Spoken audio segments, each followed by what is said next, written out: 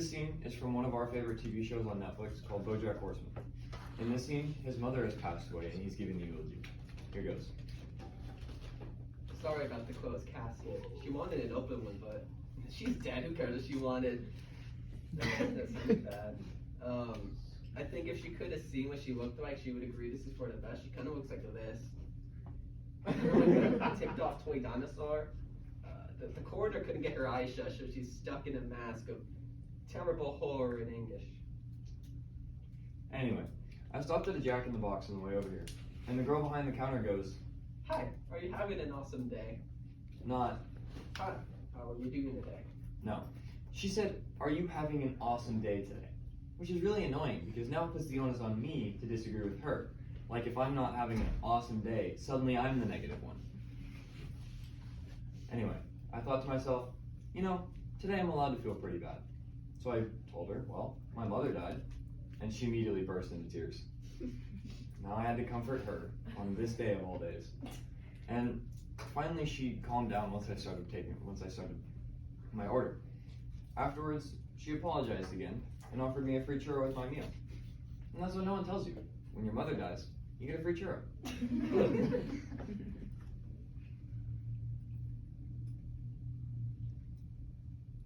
BoJack tells a lengthy story. That is me. BoJack then goes on to tell a lengthy story about how he wanted this coat to wear during his comedy skits. But one day he goes to the store and it's gone. Turns out his mother had bought it for him, and she used it to surprise him. He then confides that the story is fake. He just wishes something similar were true. I kept waiting for proof that even though my mom was a hard woman, deep down she loved me, cared about me, and wanted me to know that made her life a little bit more brighter. Even now, I find myself waiting. Hey Mom, not once have I made your life just a little bit brighter.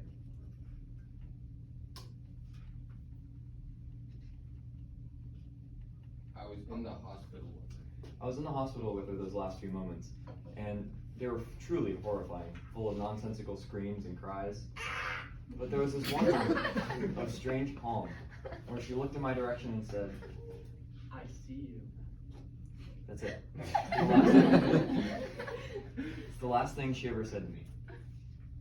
Not a statement of disapproval or judgment, just a simple recognition that someone was in the room with her. Hello there. You are a person, and I see you.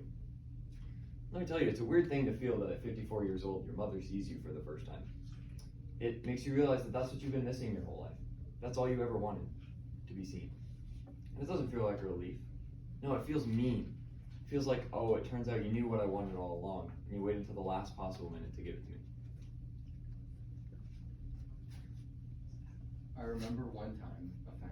I remember one time a fan asked me, Hey, you know the episode where the horse has to give Ethan a pep talk because Ethan found out his crush only asked him to the dance because they were having a dorkiest date contest? Well, in the shots of the horse, you can see a paper coffee cup in the background, but in the shots of Ethan, it's gone. Is that because the show was making a statement on the fluctuant subjectivity of memory and how even two people can experience the same thing entirely different ways? and I didn't have the heart to be like, no man, some guy just left his coffee cup there in between shots. Instead, I was just like, yeah. And maybe this is like that coffee cup. Maybe we're dumb to put significance onto every little thing. Maybe when someone says, I see you, it just means, I see you. Then again, it's possible she wasn't even talking to me, because if I'm being honest, she wasn't even looking at me, she was looking just past me.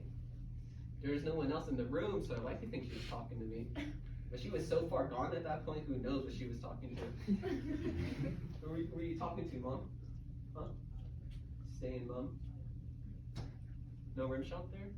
God, whatever I'm paying you guys, it's too much. My dad died about 10 years ago due to injuries he sustained during a duel.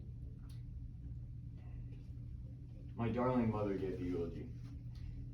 I had never heard her say a kind word to or about my father my entire life, but at the funeral she said, My husband is dead, and everything is worse now. I'm not going to stand up here and pretend like I ever knew how to please that woman, even though so much of my life was wasted in vain attempts trying to figure it out. But I keep going back to the moments in the ICU when I see you. Jesus Christ, you're in the intensive care unit. She was reading a sign. My mother died and all I got was a free churro. You know what the worst thing is about this? You know what the worst part about this thing is? It's when that woman gave me the free churro. That small act of kindness showed more compassion than my mom showed me in an entire life. That woman in Jock and Box didn't even know me. I'm your son. All I had was you. I had this friend, and right around when I first met her, her dad died, and I actually went with her to the funeral. Months later, she told me she didn't even know why she was upset, because she never really liked her dad. It made sense to me, because when my dad died, I went through the same thing, and I'm going through the same thing now. You know what it's like? It's like that show Becker, you know, Ted Danson. I watched the entire run in that show, hoping it would get better, but it just didn't.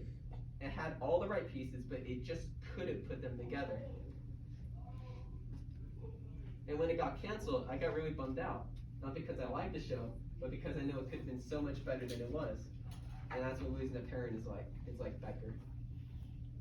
Suddenly, you realize you'll never have a great relationship like you always wanted.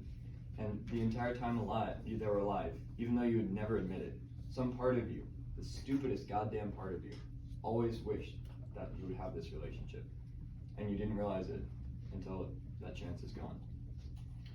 My mother is dead, and everything is worse now. Because now I know that I'll never have a mother who looks at me from across the room and says, "BoJack Horseman, I see you." I now know that I'm the only one I can depend on. That I always was and I always will be. It's good to know this. I know this now and it's good. So I guess it's good that my mother is dead. Well, no point in being a dead horse. Beatrix Horseman was born in 1938 and died in 2018, and I have no idea what she wanted. Unless she wanted what we all wanted, to be seen.